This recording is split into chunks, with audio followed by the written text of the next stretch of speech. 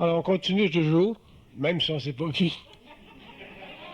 On continue toujours. Faut remarquer que c'est toujours une conférence publique, donc faut que je m'adresse d'abord aux gens qui me connaissent moins, puis les gens qui me connaissent un peu plus, mais auront toujours quelque chose à étudier dans l'avancement de cette science-là. Ce que je veux regarder avec vous ce soir, ce sont les mécanismes subtils qui existent chez l'homme concernant le contrôle de sa volonté. Si on regarde le phénomène de la volonté chez l'être humain, c'est un phénomène extrêmement occulté. Quand je dis qu'il est très occulté, je veux dire qu'il n'est pas évident sur le plan psychique. Sur le plan psychologique, on le conçoit, on a des idées, mais sur le plan psychique, il est très occulté parce que la conscience humaine est multidimensionnelle, c'est-à-dire que une partie de cette conscience-là est sous la régence de l'ego, donc l'aspect intellect, émotionnel de la bête humaine, et il y a l'autre partie de la conscience de l'homme qui se situe sur des plans plus subtils de sa réalité, des plans qu'on appelle souvent des plans inconscients, mais puisqu'on parle d'évolution, donc on parlera de conscience et non pas d'inconscient. Et les plans de cette conscience qui sont actifs derrière l'ego, derrière le plan de l'image humaine, travaillent dans des éthers de vie qui ne coïncident pas nécessairement avec les intérêts de l'ego. Donc, ce que nous appelons la volonté sur la Terre, c'est-à-dire ce qu'on veut faire, ce que l'homme veut faire, ce que l'homme veut développer, ce que l'homme conçoit comme but final dans son évolution ou dans sa progression matérielle, ne coïncide pas nécessairement avec les éthers de vie, et c'est pour ça que très souvent, au cours de la vie, on s'aperçoit que l'acheminement qui fait partie de notre évolution ne coïncide pas nécessairement avec ce que l'on a voulu faire. La vie ne donne jamais à l'homme ce qu'il a voulu faire. Autrement dit, l'homme peut désirer quelque chose, mais la vie prescrit autre chose. Si on ne comprend pas les mécanismes subtils qui trafiquent dans cette conscience souterraine, à ce moment-là, l'ego a beaucoup de difficultés à comprendre la vie, et souvent, pour des raisons psychologiques d'ordre inférieur, l'ego a tendance à se blâmer ou à se trouver des réponses qui sont réellement inadéquates en ce qui concerne sa réalité et la résolution de sa réalité. Donc, l'homme a besoin d'une psychologie plus avancée, une psychologie supérieure, une psychologie qui est réellement libre des constats psychologiques de l'ego pour pouvoir éventuellement au cours de son existence en arriver à établir une corrélation entre ses manques dans sa vie dite sous le contrôle de l'ego et ces expériences qui souvent vont à l'encontre de ce que l'ego désire. Une fois que l'homme aura développé une psychologie dite pour le moment supramentale, c'est-à-dire une psychologie qui connaît à fond les mécanismes occultes de la conscience égoïque, l'homme sera capable éventuellement d'en arriver à un constat universel en ce qui concerne sa conscience et à ne plus, sur le plan subjectif de sa conscience personnelle, se blâmer ou se trouver en faillite. Lorsqu'un ego se trouve en faillite, c'est parce qu'il n'a pas résolu le problème de sa conscience. Un ego ne devrait jamais être en faillite. La faillite, c'est simplement un constat psychologique subjectif. La faillite, chez l'homme, ça n'existe pas.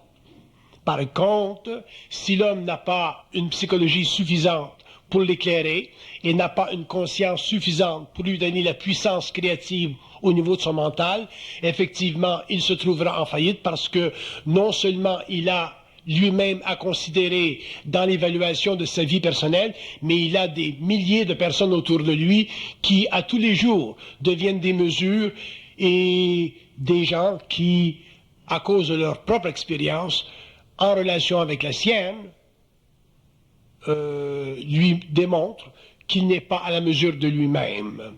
Donc l'homme, l'être humain souffre beaucoup des autres, il souffre beaucoup de son incapacité de pouvoir réunir dans sa conscience toutes les forces qui nécessitent son épanouissement, et ceci est causé par le fait qu'il subit depuis des siècles une psychologie qui n'est pas suffisamment développée pour jeter de la lumière sur les mécanismes internes occultes de sa conscience qui, dans un sens, démontrent à l'être humain que sa volonté n'est pas réellement réalisée et réalisable pour des raisons qu'il ne comprend pas. C'est très, très important dans la vie de comprendre les mécanismes occultes de la volonté et éventuellement, probablement que la science psychologique en arrivera à étudier les fonds plus obscurs qui cachent la réalité volontaire de l'homme. Donc, je veux ce soir avec vous regarder ces mécanismes-là et faire ressortir de ces mécanismes les outils ou les éléments nécessaires qui permettront éventuellement à l'homme de ne pas se décourager dans la vie et d'en arriver éventuellement à confronter ce qu'on appelle ses démons. Qu'est-ce qu'on appelle les démons? Les démons de l'homme, ce sont les forces occultes, astrales chez lui, ou même les forces mentales chez lui qui n'ont pas été dominées par son intelligence. C'est-à-dire des forces internes qui ont été assujetties, des forces internes qui ont assujetti sa conscience personnelle à cause de son émotivité, à cause de sa mémoire, à cause de sa spiritualité ou à cause de sa faiblesse interne. Donc les démons de l'homme sont ces choses, ces forces, ces imaginations, ces éléments qui constituent la totalité de son impuissance. Parce qu'un homme qui est en puissance n'a pas de démon. Un homme qui est en puissance, il est dans le feu de sa conscience. Un homme qui est en puissance, il est dans son propre soleil, et les ombres lunaires n'existent pas pour lui, même si elles existent dans la réalité de son inconscient. Pourquoi? Parce qu'un homme qui est en conscience est en vibration supérieure, c'est-à-dire qu'il a la capacité sur le plan mental, non pas de comprendre parfaitement les forces qui sont en lui, mais il a la capacité sur le plan mental de les stopper quand elles vont à l'encontre de sa volonté.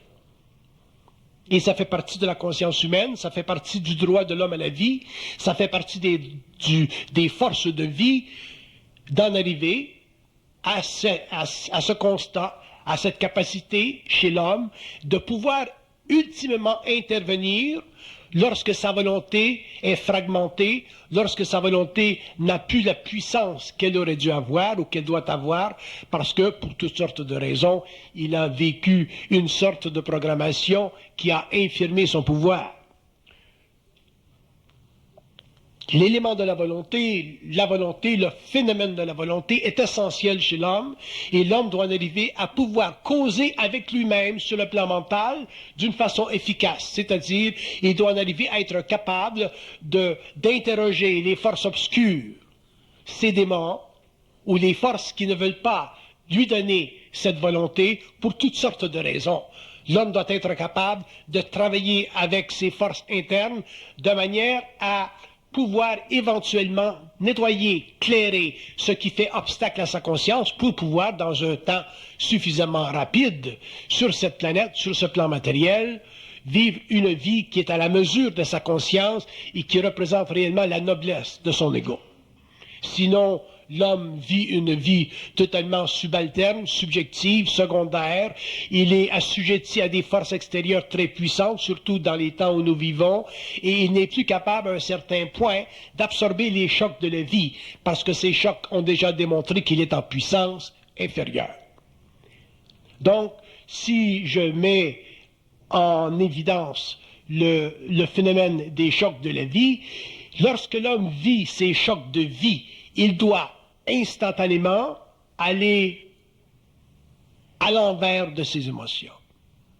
Lorsque l'homme vit un choc, que ce soit par la maladie, que ce soit par la mortalité, que ce soit par la perte des biens matériaux, lorsque l'homme vit un choc de vie, c'est-à-dire lorsqu'il est retardé dans la progression normale, naturelle de son ego, il doit être capable de renverser ces chocs de vie, c'est-à-dire de ne pas être assujetti émotivement dans sa conscience par cette lutte qu'il doit vivre très souvent jusqu'aux portes de la mort. Donc les chocs de vie que tous les hommes vivent, que tous les hommes reconnaissent au cours de leurs expériences, doivent être reconnus non pas comme des vallées de larmes, mais comme des montagnes qui doivent être gravies, affrontées et éventuellement maîtrisées. Si l'homme n'a pas la capacité mentale de maîtriser ces chocs de vie, à partir de ce début dans l'évolution psychologique de son ego, il est en perte de puissance. Et si ces chocs de vie s'accumulent pendant un certain nombre d'années, s'ils deviennent plus grands, plus graves, éventuellement l'homme perdra sa puissance naturelle, il perdra l'accès à des forces de réserve très grandes en lui, et il ne pourra pas parachever son existence et en arriver finalement à rencontrer ses démons, c'est-à-dire à maîtriser les forces en lui pour sa plus grande évolution et pour sa plus grande manifestation sur le plan matériel. Donc, les chocs de vie, quelle que soit leur teneur, quelle que soit leur nature, quelle que soit leur apparence, quelle que soit leur dictée, quelle que soit leur inévitabilité, les chocs de vie demeurent toujours pour un homme en conscience une illusion. Un homme qui ne comprend pas ceci, à ce moment-là, est obligé de vivre en relation avec une programmation qui éventuellement l'atterrera, ira le chercher dans ses émotions, ira le chercher dans sa mentalité et éventuellement flétrira sa conscience matérielle pour l'amener ultimement aux portes de la mort sans avoir réussi pendant cette vie à conquérir ses forces, ses démons, autrement dit, ses obstacles internes, qui sont là pour son agrandissement et non pas sa faiblesse. La vie sur la terre n'a jamais été et ne sera jamais à la mesure de l'homme, puisque l'homme s'incarne pour y goûter. L'âme s'incarne pour travailler. L'esprit est présent chez l'homme pour que l'ego éventuellement en arrive à être en communication télépathique avec lui, afin de donner à l'homme le pouvoir d'ascendance sur les forces de l'âme, sur les forces astrales, pour que l'homme éventuellement reprenne contact avec la vie, c'est-à-dire reprenne le chemin qui a été perdu à sa vision. Et ce chemin, c'est ce qu'il n'a pas pu faire, parce qu'on lui a enlevé le pouvoir de le faire. Mais il faut remarquer que l'enlèvement du pouvoir de faire fait partie de l'évolution, fait partie de la programmation humaine, fait partie des lois d'incarnation de l'âme, mais ça ne fait pas partie du domaine de l'esprit. Dans le domaine de l'esprit, là où il y a esprit chez l'homme, le pouvoir de faire demeure. Par contre, il est extrêmement astralisé, c'est-à-dire qu'un homme a beaucoup de difficultés de voir la différence entre les forces de l'âme qui travaillent et les forces de l'esprit qui veulent transmuter ces forces lunaires. L'homme a beaucoup de difficultés de voir ou avoir la relation entre son esprit et son ego. C'est pour ça que le phénomène de la pensée sur la Terre, sur cette planète, est extrêmement inconclusif et que l'homme a très peu d'idées de ce que représente pour lui le phénomène de la pensée. Le phénomène de la pensée est extrêmement occulte, il est très très exclu de la réalité fondamentale humaine et il est extrêmement lié à ces 1000 facettes d'inconscience qu'on appelle l'ego programmé. C'est pour ça que l'homme devra, pendant toute sa vie, étudier le phénomène de la pensée, comprendre le phénomène de sa volonté et voir qu'entre la volonté et la pensée, il y a constamment une lutte et que cette lutte fait partie de l'illusion de l'ego, de l'illusion du moi et de l'incapacité de l'ego planétaire qui a été, pendant des siècles, diminué dans sa conscience, d'en arriver à un constat universel, c'est-à-dire d'en arriver à réaliser qu'il a sur la vie ultimement le contrôle. Et quand je dis que l'homme a sur la vie ultimement le contrôle, je dis que l'homme ultimement a le pouvoir de volonté, dans la mesure où il est capable, sur le plan psychologique, de s'ajuster et de découvrir en lui ces facettes de sa réalité qui ne sont pas éteintes, qui ne sont pas diminuées, qui ne sont pas astralisées et qui ne font pas partie de l'illusion créée dans son moi par les forces démoniques. Et quand j'utilise les forces démoniques, quand je parle des démons dans l'homme, je ne parle pas des démons dans le sens chrétien, dans le sens utilisé par la chrétienté ou la théologie chrétienne. Un démon, c'est une intelligence qui travaille contre l'homme, non pas pour lui enlever quelque chose, mais pour lui faire voir quelque chose qu'il ne voit pas ou qu'il peut voir dépendant de son évolution. Donc, il y a des bons démons comme il y a des mauvais démons. Il y a des démons qui sont mauvais pour le moment parce que nous ne sommes pas capables de les contrôler. Et il y a des démons qui deviendront demain bons parce que nous pourrons les contrôler. Donc, un démon, ce que nous appelons un démon ou un daimon, chez l'être humain, c'est totalement polarisé.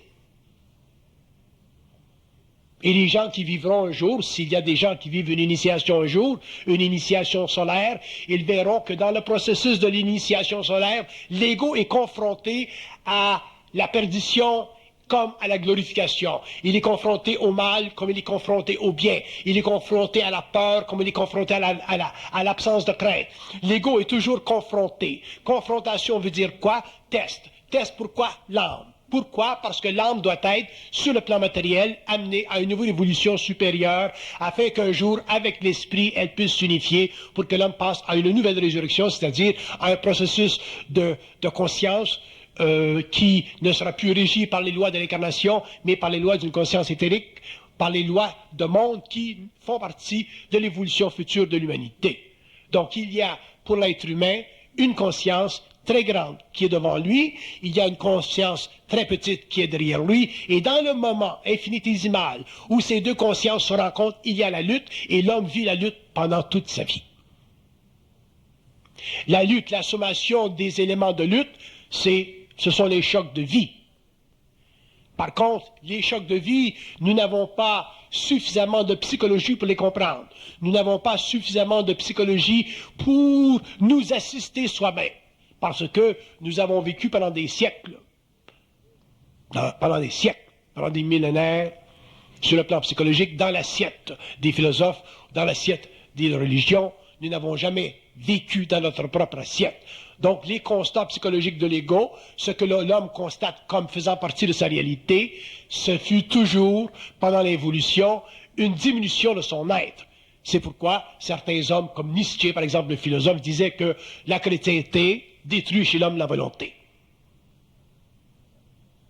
Tout ce qui est en dehors de vous, tous les autres, si nous personnifions l'autre, tout ce qui est autre diminue notre volonté. Donc, lorsque l'homme vit des chocs de vie, il doit, premièrement, en toute conscience, au tout début de son expérience, valider son choc de vie. Quand je dis le valider, je veux dire le constater comme étant non pas une perte, comme étant non pas une diminution de son être, comme étant non pas quelque chose qui va l'affaiblir, mais comme étant une situation qu'il peut utiliser dans la mesure où il veut développer cette volonté pour en arriver un jour à réaliser que le choc de vie était, dans le fond, une épreuve nécessaire pour le développement de son esprit, dans la mesure où son esprit était capable, suffisamment grand, pour combattre les forces obscures de l'âme, qui sont toujours présentes. Il y a des gens qui disent, mais comment sentons-nous l'âme? Comment pouvons-nous savoir que c'est l'âme? Nous n'avons pas de test technique, matériel. Je vais vous en donner des exemples de l'âme. Lorsque l'homme est en perte de quelque chose, lorsque l'homme vit de la crainte, qui est le sentier, l'accumulation de tout ce qui fait mal. Parce que quand on vit le mal, quand on vit un mal, que ce soit dans la maladie, que ce soit dans l'amour, que ce soit dans la perte du matériel, quand on vit un mal, ce mal, il fait partie du mal de l'âme. Et lorsque l'âme est en mal, l'âme vit, côtoie, manifeste ses démons, donc sa polarité. Et lorsque l'âme vit sa polarité, lorsque l'homme souffre et qu'il est en polarisation, c'est à ce moment-là qu'il perd sa volonté. Pourquoi? Parce que il n'a pas la capacité de réaliser sur le champ que ce qu'il vit, que cette perte de quelque chose qui fait partie de son expérience, est une illusion totale. Et quand je dis une illusion totale, je dis une illusion totale. Mais la réalisation de la totalité de l'illusion, elle est proportionnelle à votre capacité en tant qu'être de ne pas perdre les pédales lorsque vous vivez le mal, lorsque vous êtes dans le mal, lorsque vous êtes dans la souffrance. Si vous perdez les pédales, vous vous assujettissez aux forces de l'âme, vous vous éloignez des forces de votre esprit, vous vous éloignez de votre puissance, vous vous assujettissez à une conscience purement mortelle, purement planétaire, purement programmée, et à ce moment-là, vous ne pouvez pas réunir en vous les éléments nécessaires qui ont la puissance, la capacité de vous réjuvener et de vous redonner la vie qui vous est droit, à laquelle vous avez droit. L'homme ne réalise pas sur le plan matériel que les maîtres n'existent pas. Il n'y a pas de maître dans la vie. Il n'y a pas de maître sur la terre. Il n'y a pas de maître dans les éthers. S'il y a sur la terre des maîtres, vous êtes en perte de puissance. S'il y a dans les éthers des maîtres, vous êtes en perte de puissance. Le concept ou l'idée que se fait l'homme de l'évolution à cause de son ancienneté et sa relation avec les églises et les puissances spirituelles, l'idée que l'homme se fait qu'il y a des maîtres, qu'il doit y avoir des maîtres au-dessus de lui, soit dans la matérialité ou soit dans les éthers de vie, ne comprend rien à la vie. Le plus grand danger de l'homme sur la terre aujourd'hui, comme ce fut pendant le passé, le plus grand danger de l'homme, c'est de concevoir, sur le plan psychologique de l'ego, qu'il y a un Dieu qui mène tout, qui dirige tout, qui s'occupe de tout. Que l'homme maintienne qu'il y a des forces occultes, qu'il y a des gouvernements invisibles, qu'il y a des entités dans les mondes parallèles, ça c'est une chose. Mais que l'homme établisse qu'il y a un Dieu, qu'il est assujetti à une sorte de paternalisme universel infini, qui veille à tout, c'est une illusion tellement vaste que tant que l'humanité s'assujettira à cette révolution, les religions existeront sur la terre, et tant qu'il y aura des religions sur la terre, l'homme ne sera pas en puissance. Je n'ai rien contre les religions. Je comprends très bien le bénéfice des religions. Je comprends très bien la nécessité historique des religions, autant dans le passé que dans le futur à venir. Mais je parle pour l'homme individualisé. Je parle pour l'homme individualisé. Autrement dit, je parle pour l'homme qui a une conscience suffisamment nette de la réalité, qu'il est capable d'entretenir un dialogue, une communication télépathique avec les plans, pour en arriver finalement à questionner les plans, pour en arriver ultimement à pouvoir savoir et à réaliser que dans la mesure où l'être humain sur la Terre a une capacité mentale d'interroger les forces de vie sur les plans occultes, il a la capacité de recevoir les réponses nécessaires à son évolution et à comprendre des choses qui pour lui sont essentielles et qui pour l'humanité ne le sont pas.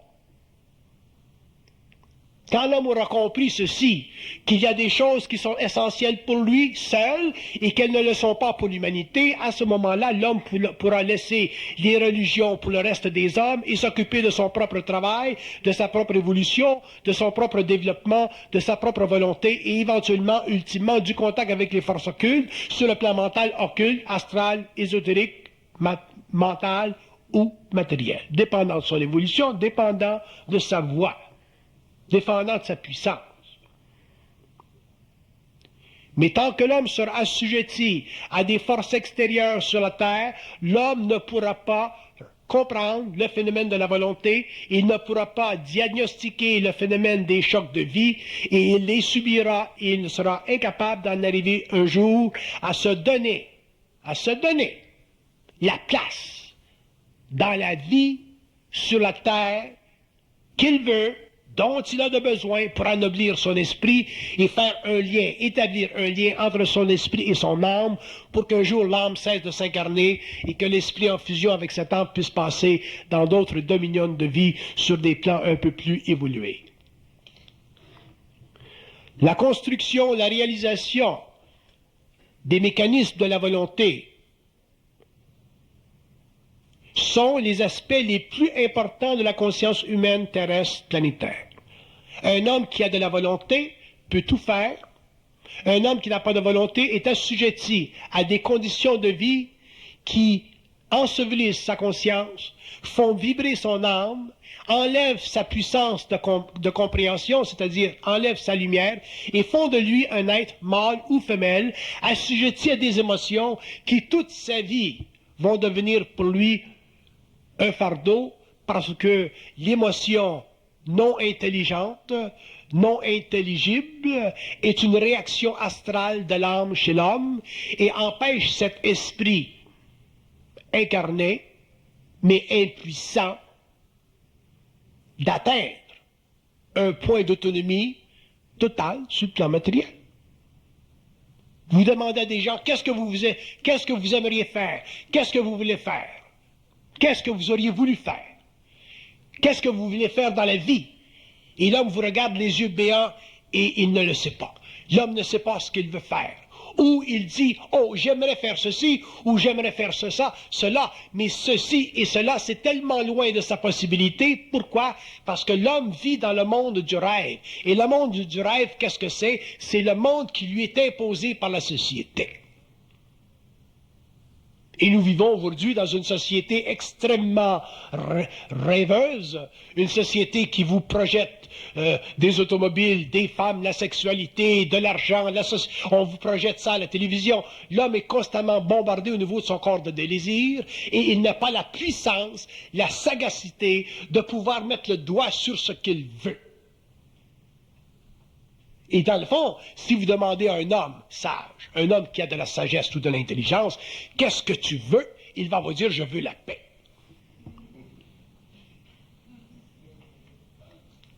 La paix. Parce qu'un homme qui a la paix, il a tout le reste. Mais un homme qui n'a pas la paix, il peut avoir beaucoup du reste. Mais le reste, autrement dit, la systématisation des impressions qui frappent son ego, sa conscience de tous les jours, ça va lui créer tellement de perturbations, ça va tellement lui enlever cette paix, qu'il va devoir, pendant des années, jouer dans ce que j'appelle le cirque, dans le sable mouvement de son expérience, sans jamais avoir la paix, et en cherchant toujours à mettre le doigt sur ce qu'il veut, ce que vous appelez le bonheur, et il ne le trouvera pas. Parce que le bonheur, ça n'existe pas. C'est bon pour les poètes, les poètes et les philosophes. Le bonheur, ça n'existe pas, vous le savez. On n'a pas besoin de vous tester dans un labo. Le bonheur, ça n'existe pas. La paix, ça existe, oui, mais pas le bonheur. Pourquoi? Parce que le bonheur, c'est la polarisation de la paix. Une minute tu l'as, une minute tu ne l'as pas. Donc, c'est pas la paix. La paix, tu l'as tout le temps. C'est comme l'amour. L'amour de l'homme, c'est pas l'amour. C'est une minute je t'aime, une minute je t'aime pas. Je te marie là, dans 2 ans, je te marie pas. Là, je pleure pas, là, je pleure. Donc, la recherche de l'amour, comme la recherche du bonheur, ça fait partie de l'illusion de l'homme, ça fait partie de l'illusion de l'âme, et éventuellement, excusez-moi, éventuellement, l'homme devra s'habituer à penser autrement, c'est-à-dire à regarder sa vie en fonction de la paix, et de cette paix, il pourra expérimenter ce que nous appelons l'amour, expérimenter ce que nous appelons le bonheur, mais il y a la transmutation dans ces deux expériences. Parce qu'un homme qui est en paix, un homme qui a une conscience mentale, un homme qui n'est pas assujetti à ses émotions, ne peut pas vivre l'amour comme un homme qui vit l'amour. Ce que l'on nous présente dans les cinémas, cet amour qu'on nous présente dans le cinéma, qui fait partie de la grande expérience de l'humanité, ce n'est pas de l'amour réel, en paix. C'est un amour, je n'ai rien contre cet amour, c'est un amour, mais c'est un amour qui a des grandes oreilles.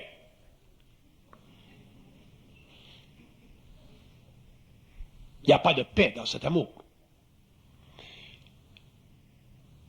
Donc, pour que l'homme ait la paix il lui faudra en arriver éventuellement à constater qu'avant de goûter de la vie, il faut la perdre. Vous ne pouvez pas goûter de la vie si vous ne la perdez pas d'abord, parce que dans votre premier mouvement, dans votre première expérience de vie, que ce soit de 0 à 15, de 0 à 20, de 0 à 30, de 0 à 40, vous n'avez vécu que de l'expérience de l'âme. Cette expérience de l'âme fait partie de l'infatuation de l'ego avec la vie. Vous devez la vivre, cette expérience de l'âme, parce que ça fait partie de votre programmation. Aucun homme ne peut venir dans la chair à 0 et être dans la paix jusqu'à la finalité de son expérience, parce que si c'était le cas, il ne viendra pas dans la chair. Une âme ne s'incarne pas pour rien. Ils n'ont pas de temps à perdre. Time is money. Donc l'homme s'incarne et il doit vivre un certain nombre de vies, d'années, dans une vie. Et à l'intérieur de ces années, il vit plusieurs vies. Il vit plusieurs expériences qui mènent à rien. Le job qu'on a venu à 18 ans, à 45 ans, ce n'est plus le même job. Le médecin qui voulait guérir l'humanité à 18 ans, à 45 ans, il veut jouer au golf. Le curé qui voulait sauver l'humanité à 18 ans, à 50 ans, peut-être qu'il n'est plus là. Il est peut-être défroqué, peut-être marié avec la petite sœur d'à côté. Donc la vie se change, elle change. Ça fait partie de l'expérience de l'âme. Et tous les hommes vivent ces changements, qu'ils soient chinois, qu'ils soient de race blanche, qu'ils soient noirs. Tous les hommes vivent ces changements et tous les hommes réalisent qu'à partir de l'incarnation jusqu'à un certain point, il n'y a pas de maturité chez l'ego. Donc la paix n'est pas possible. Et tout ce qu'il y a, c'est la recherche de l'amour et la recherche du bonheur. Donc l'homme doit perdre quelque chose. Et si l'homme a la chance de perdre quelque chose, de perdre cette vie-là qui est illusoire, éventuellement il pourra accéder à une autre qui est plus près de la réalité, qui fait partie de sa paix et qui n'a aucune relation avec son ancienne vie. Parce qu'un homme qui est dans la paix ne peut pas constater son expérience comme il l'a fait auparavant. Les coordonnées sont différentes, les paramètres sont différents. Il ne vit plus comme auparavant. Il est un autre être. Auparavant, il était un âme dans la chair. Maintenant, il est un esprit qui contrôle l'âme dans la chair.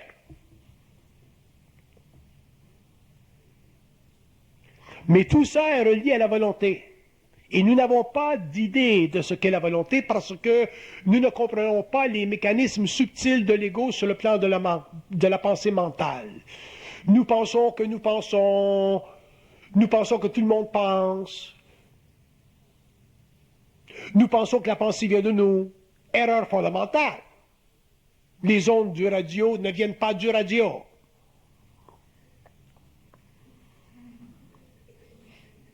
Donc, nous pensons que les pensées viennent de nous. Descartes ne nous a pas aidés.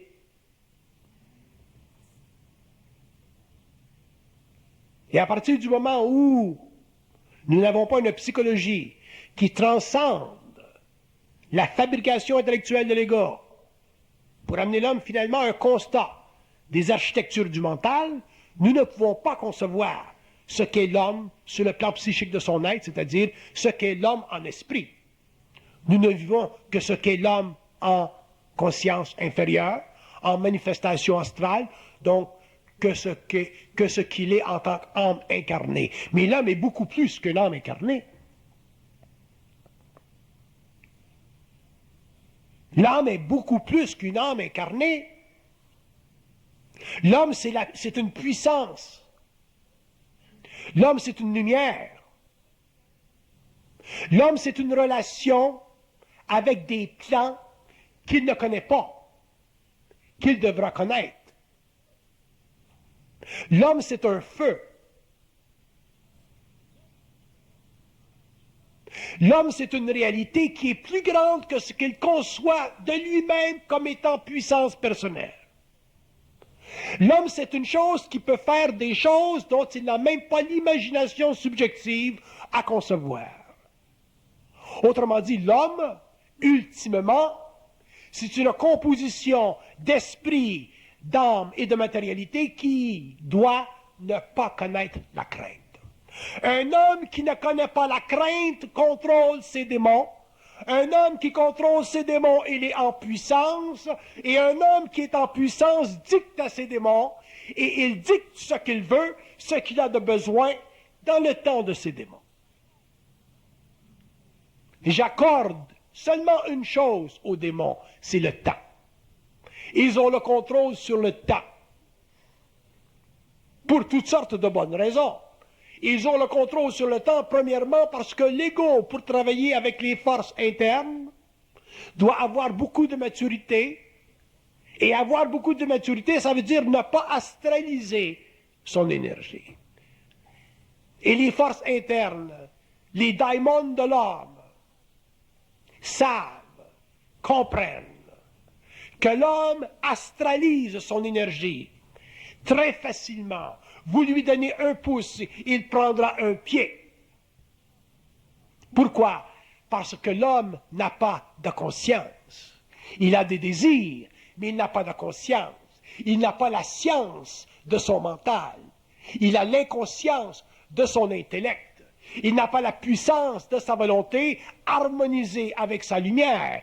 Il a simplement la valeur psychologique de ses efforts harmonisés avec son âme qui souvent vont à l'encontre de sa lumière. Donc l'homme n'est pas un être noble. Il est un animal intelligent. Il n'a pas atteint le point dans son existence où il est noble parce qu'il ne connaît pas le secret de son esprit. Il ne fait que vibrer les pulsions subjectives, animalisées, astralisées de son âme.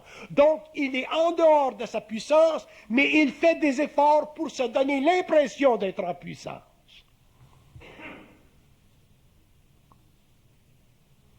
Tout ceci, c'est ce que j'appelle l'involution.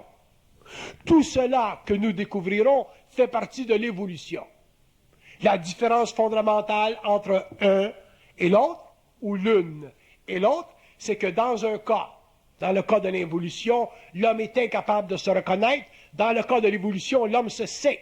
Et lorsque l'homme se sait suffisamment, il est capable de commander aux daimons, il est capable de commander aux forces obscures, il est capable de s'asseoir à la table de ces forces qui contrôlent l'évolution, qui ont la sagesse de l'évolution, qui ont la puissance derrière la matière et qui sont capables de donner à l'homme, lorsque le temps est venu, lorsqu'il a la maturité, lorsqu'ils ont suffisamment travaillé le temps, il lui redonne la vie, c'est-à-dire qu'il lui redonne la noblesse de son être, parce qu'il n'a plus, sur le plan matériel, à souffrir, c'est-à-dire qu'il n'a plus besoin d'être sur la terre un homme, c'est-à-dire un animal intelligent.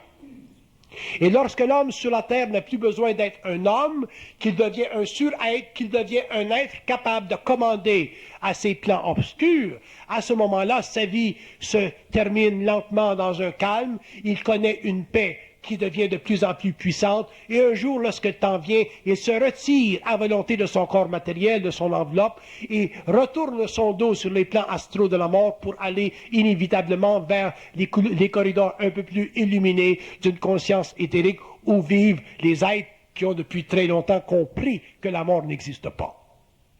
Mais pour que ceci se manifeste dans la conscience de l'homme, il faudra qu'il perde la crainte.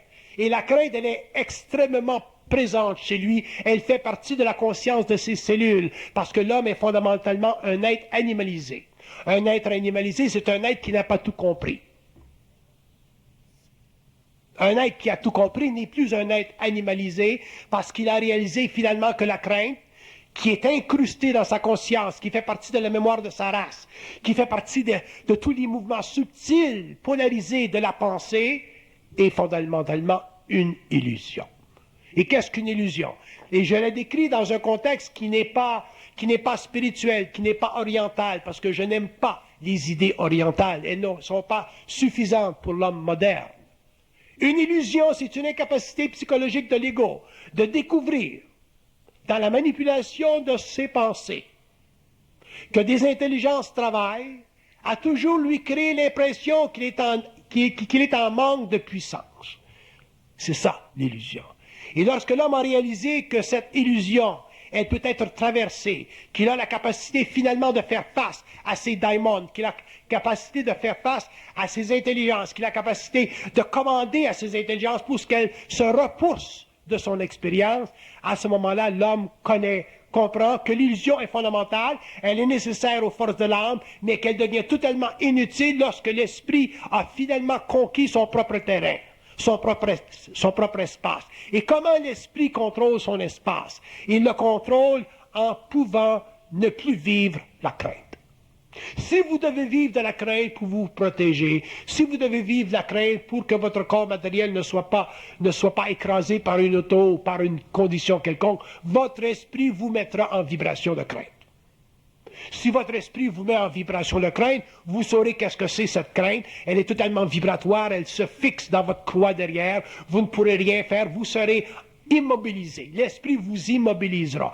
Mais si vous vivez la crainte parce que vous êtes dans les forces de l'âme, si vous vivez la crainte parce qu'elle fait partie de votre animalité intelligente, à ce moment-là, cette crainte sera toujours chez vous, votre ennemi fondamental, et vous ne pourrez jamais comprendre les mécanismes obscurs de la volonté.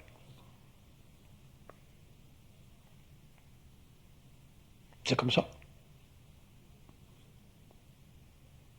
Et je ne peux pas dire c'est aussi simple que ça. Parce que ce n'est pas simple. C'est simple dans sa réalité, mais ce n'est pas simple dans sa manifestation parce que l'homme est testé sur le plan matériel, l'homme vit une programmation abominable sur le plan matériel, et avant qu'il puisse en arriver finalement à réellement aller à l'encontre de ces forces qui constituent chez lui le grand paradoxe, à ce moment-là, il y a beaucoup de temps ou de moments dans la vie où la crainte cherchera à le pénétrer. Et il apprendra graduellement à ne pas se laisser pénétrer. Et lorsque l'homme ne sera plus pénétré par la crainte, il sera déjà sur le point de conquérir son inconscience. Il sera sur le point d'accéder à ce que j'appelle la volonté. Et c'est là que l'homme découvrira que, effectivement, le libre arbitre que nous avons sur la terre fait partie de l'évolution et que l'homme n'est pas encore un être libre.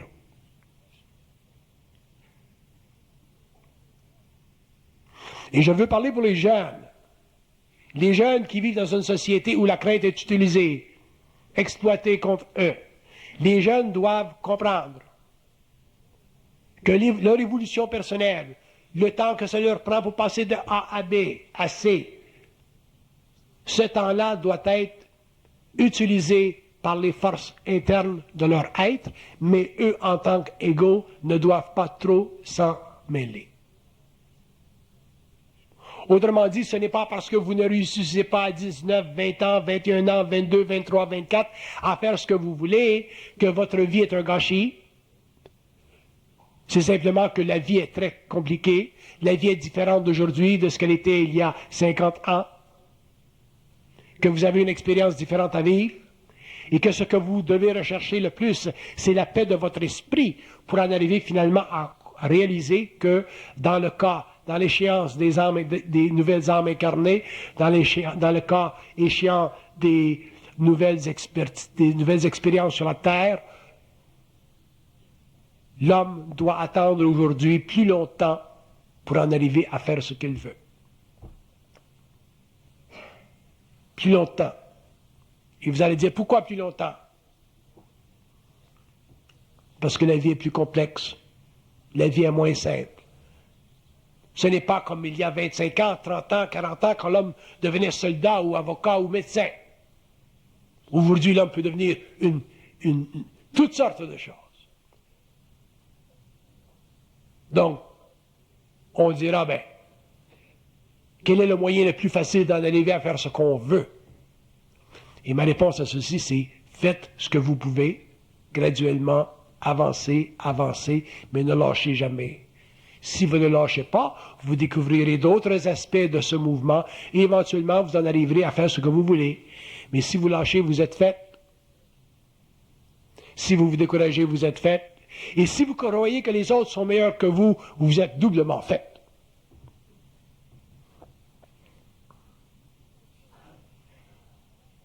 N'oubliez pas une chose, qu'il y a une très grande différence entre ce que l'homme veut et ce que la société peut lui octroyer. Je connais des gens qui sont médecins, qui ne font plus la même médecine aujourd'hui qu'ils auraient fait il y a 40 ans. Je connais des éducateurs qui, aujourd'hui, ne font plus la même éducation qu'ils auraient fait il y a 20 ans. Je sais que les corps de métier ont été bafoués, tous les corps de métier.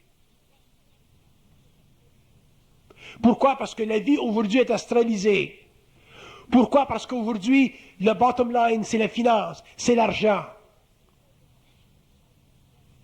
Et lorsque les corps de métier sont assujettis au pouvoir de la finance, lorsqu'ils sont assujettis à la gestion de la finance, ces corps de métier changent. Et certains corps de métier assujettis à des pressions encore plus flagrantes, comme la drogue, chez les étudiants, dans les cégeps, dans les universités, le fait que les profs ne sont plus respectés, le fait souvent que les profs ne respectent pas les jeunes, et vice-versa, a créé un amoncellement d'expériences négatives qui font en sorte que l'être aujourd'hui qui n'a pas suffisamment d'intelligence, qui n'a pas suffisamment de patience interne, qui a trop de subjectivité, qui se compare trop aux autres, qui a trop de crainte, trop d'inquiétude, éventuellement sera écrasé par le flot d'expériences qui se manifestent et qui font de plus en plus de l'homme moderne un être terrorisé. Nous ne sommes plus dans les années 30, dans les années 20, dans les années 40, lorsque nous avions des idéologies nationales, pour nous fouetter l'esprit et nous faire aller à la guerre pour une bonne raison. Nous ne vivons plus dans des temps où il y avait une sorte d'équilibre entre les relations humaines. Nous ne vivons plus dans un temps où la violence psychologique était presque inexistante. Nous vivons dans un temps où la liberté a été comparée avec l'égalité. Et nous allons payer ce prix. Les Américains le paient déjà, ce prix. Que les hommes soient libres dans une société, c'est une chose. Que les hommes soient libres au niveau politique, c'est une chose. Mais que les hommes soient libres de faire ce qu'ils veulent parce que c'est la liberté, parce que les hommes se sentent égaux à tous. Les hommes ne sont pas égaux à tous. Ils sont égaux à tous devant la loi, mais ils ne sont pas égaux à tous en conscience. Et lorsque les hommes utilisent trop cette liberté, lorsqu'elle est trop présentée dans le cinéma, dans la télévision, dans les écoles ou dans les rues, la société paye, l'homme paye. Et qui paye le plus parmi les hommes, c'est l'individu qui veut s'éveiller, c'est l'individu qui veut voir, c'est l'individu qui veut grandir, se réaliser. C'est lui qui paye le plus. Pourquoi? Parce que c'est lui qui est le plus sensible.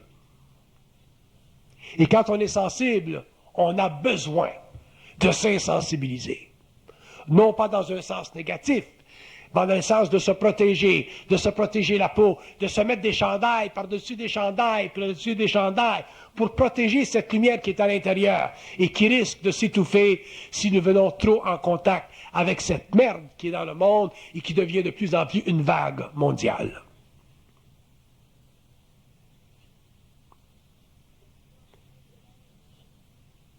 Le plus grand problème de l'homme aujourd'hui, c'est son identité. Il y a des hommes qui s'identifient, qui se donnent de l'identité dans la sexualité. Il y a des hommes qui se donnent de l'identité dans la violence. Il y a des hommes qui se donnent de l'identité dans telle chose. Il y a des hommes qui se donnent de l'identité dans telle chose. On cherche tous notre propre niche. Et lorsque l'homme se cherche une identité dans une niche qui n'est pas réelle, il ajoute, par complémentarité, il ajoute à cette masse d'impressions mondiales et éventuellement nous avons une société que nous n'aimons plus. Nous avons des pays que nous ne voulons plus visiter. Nous n'avons plus le plaisir d'entre gens. Pourquoi? Parce que l'homme a perdu tellement de conscience qu'il est rendu réellement de plus en plus animalisé aujourd'hui et que l'être conscient, l'être sensible, l'être, disons, spirituel, qui se cherche un avenue, qui se cherche une façon d'être, une façon de vivre, il aura beaucoup à étudier pour en arriver un jour à être convaincu qu'il est totalement particulier à lui-même et qu'il ne ressemble à personne et qu'il ne doit pas ressembler à quoi que ce soit parce que sa propre réalité est à la mesure de sa propre existence et que sa propre existence est la seule mesure qu'il doit avoir s'il veut vivre sur cette planète en paix. Un homme qui échange, qui fait trop d'échanges et qui perd dans ce mouvement-là sa réalité, éventuellement n'a plus de plaisir de vie et il doit s'intoxiquer de boissons, de drogue ou de plaisir quelconque pour se donner l'impression de vivre. Et quand un homme a besoin de s'intoxiquer de toutes sortes de choses pour avoir l'impression de vivre, il n'y a pas grande distance avant qu'il soit obligé d'aller dans la drogue pour avoir l'ultime impression de vivre. Ça a été l'illusion des hippies dans les années 60, ça a été l'illusion des hommes dans les années 70, 80, 90, et ce sera toujours l'illusion de l'homme parce que l'homme, quand il veut se découvrir, quand il veut se trouver une identité, il va pousser l'enveloppe, et la société lui offre des enveloppes. La société lui offre toutes sortes de choses, des autos plus puissants, des femmes plus belles, des drogues plus déchirantes. La société offrira toujours à l'homme quelque chose de plus avant-garde pour qu'il en arrive finalement à se perdre. Pourquoi? Parce qu'il n'a pas suffisamment de conscience. La conscience, ce n'est pas de la spiritualité. Je m'en fous de la spiritualité. Je vomis sur la spiritualité. Je connais des êtres merveilleux, spirituels, ce sont presque des anges incarnés. Et si ces êtres étaient obligés un jour de vivre la catastrophe, ils se fractureraient comme le cristal. Pourquoi? Parce qu'ils n'ont pas de volonté. Ils vivent dans de belles ambiances. Ils vivent là où il y a de la belle musique. Ils vivent là où il n'y a pas de travail puissant à faire. Ils vivent là où il n'y a pas de violence. Ils vivent là où il y a de l'encens. Mais le jour où les hommes, ces femmes devront vivre, être face à face avec la violence, avec la guerre, avec la pestilence, avec les troubles sociaux, ces hommes-là craqueront. Pourquoi? Parce qu'ils ne connaissent pas les lois de la programmation. Ils pensent que la vie, elle est belle. Elle est magique, la vie. J'ai quelqu'un que je rencontre quelque part dans le nord, dans Saint-Adèle, qui, chaque fois que je vais acheter quelque chose, on me dit « Ah, c'est magique, hein, M. Bernard, c'est magique ce produit. Tout est magique. » Je dis « Oui, ma pauvre madame, c'est magique. » S'il fallait que je lui dise ce que je pense, s'il fallait qu'elle sache qui je suis, elle saurait que la vie n'est pas magique. C'est magique. Bullshit, c'est magique. La vie, c'est de la merde. C'est de la merde organisée sur le plan matériel et sur les plans subtils. L'homme fait de son mieux. Il se relève les coudes, les manches. Toute notre vie, on se relève les manches. Toute notre vie. Toute notre vie, on essuie la merde de nos vies. Dans l'amour, la finance, les maisons qui brûlent, la santé qui s'effrite. Et on ose dire, ah, la vie, elle est belle. La vie doit être amenée sous le contrôle de l'homme, parce que la vie, c'est une pute. Parce que la vie, c'est la juxtaposition dans la mortalité, dans le corps matériel. C'est la juxtaposition de l'âme et de l'esprit. C'est la lutte entre ces deux aspects. C'est ça, la vie. Et l'homme saura qu'est-ce que c'est la vie. Et l'homme pourra dire, ah, mais la vie, elle est belle lorsqu'il aura accès à sa paix personnelle, à lui, sa paix à lui. Pas la paix du Christ, la Christ de paix.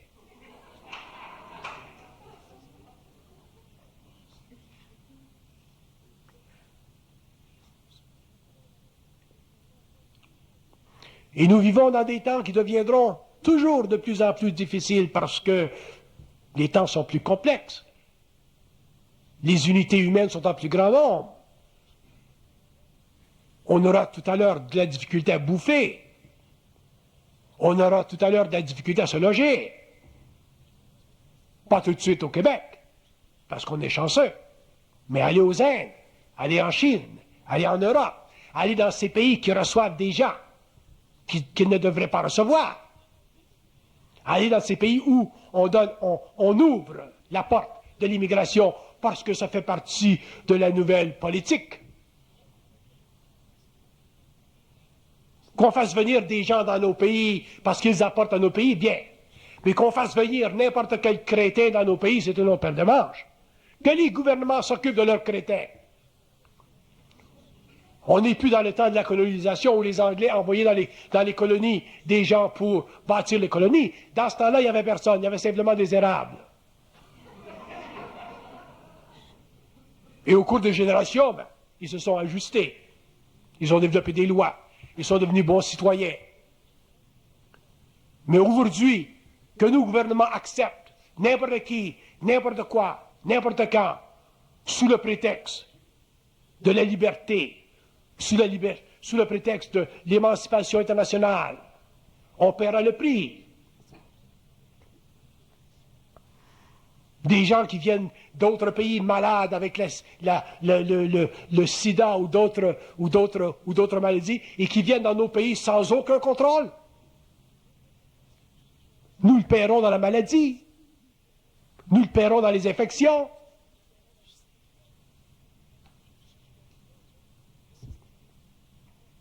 Donc l'homme, lui, l'individu conscient, intelligent, qui doit partager son expérience avec ce monstre mondial d'expérience. S'il n'a pas de colonne, s'il ne connaît pas, s'il ne sait pas qu'est-ce que c'est de la volonté, s'il ne réalise pas qu'il a en lui de la crainte, et que la crainte le bloque à faire ceci, que la crainte le bloque à faire cela, et que la crainte est la seule chose qui l'empêche sur cette planète d'en arriver à la paix dont il a besoin pour finir ses jours. Pauvre homme, pauvre femme. En passant, avant que je l'oublie, dimanche prochain, je fais une deuxième conférence pour la femme. Seulement les femmes peuvent venir à cette conférence. Le seul homme qui peut venir comme témoin, c'est M. Ménard. Et cette conférence, naturellement, elle est fermée. Mais je fais une deuxième conférence pour la femme. Il y a d'autres informations à canaliser concernant la femme. Parce que la femme est un être qui est sans protection dans le monde aujourd'hui. Elle est un peu mieux. Sa situation est un peu mieux. Mais la femme, c'est un être qui est sans protection dans le monde. Pourquoi? Parce qu'elle aime trop. Son péché, c'est d'aimer trop. Et le péché de l'homme, c'est de ne pas aimer assez.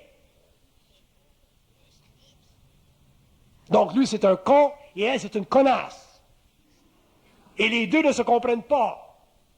Et ce n'est pas le livre du type qui a écrit « La femme vient de Vénus et l'homme vient de Mars » qui va vous éclairer les esprits.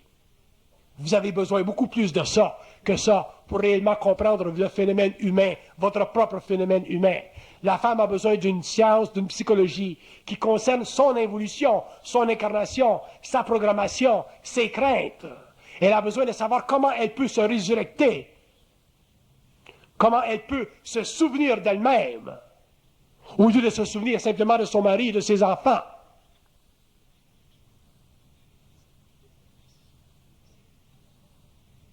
C'est la femme qui est la plus dans le monde aujourd'hui affectée par l'évolution. C'est elle qui souffre le plus et c'est elle qui est la meilleure. Parce qu'elle donne, elle est femme, elle est mère, elle protège, elle contient, elle distribue, alors que nous, les hommes, nous arrachons. Je donnerai un jour aux hommes une conférence aussi. Ce sera probablement ma dernière. Mais vous l'aurez dans le front.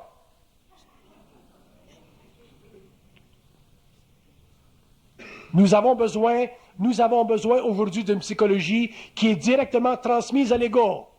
Pas une psychologie que l'ego peut retravailler de manière cavalière. Une psychologie qui est donnée à l'ego à partir des plans. Une psychologie qui dit la femme elle est faite comme ceci et l'homme il est fait comme cela et les deux doivent évoluer dans cette direction pour être en paix.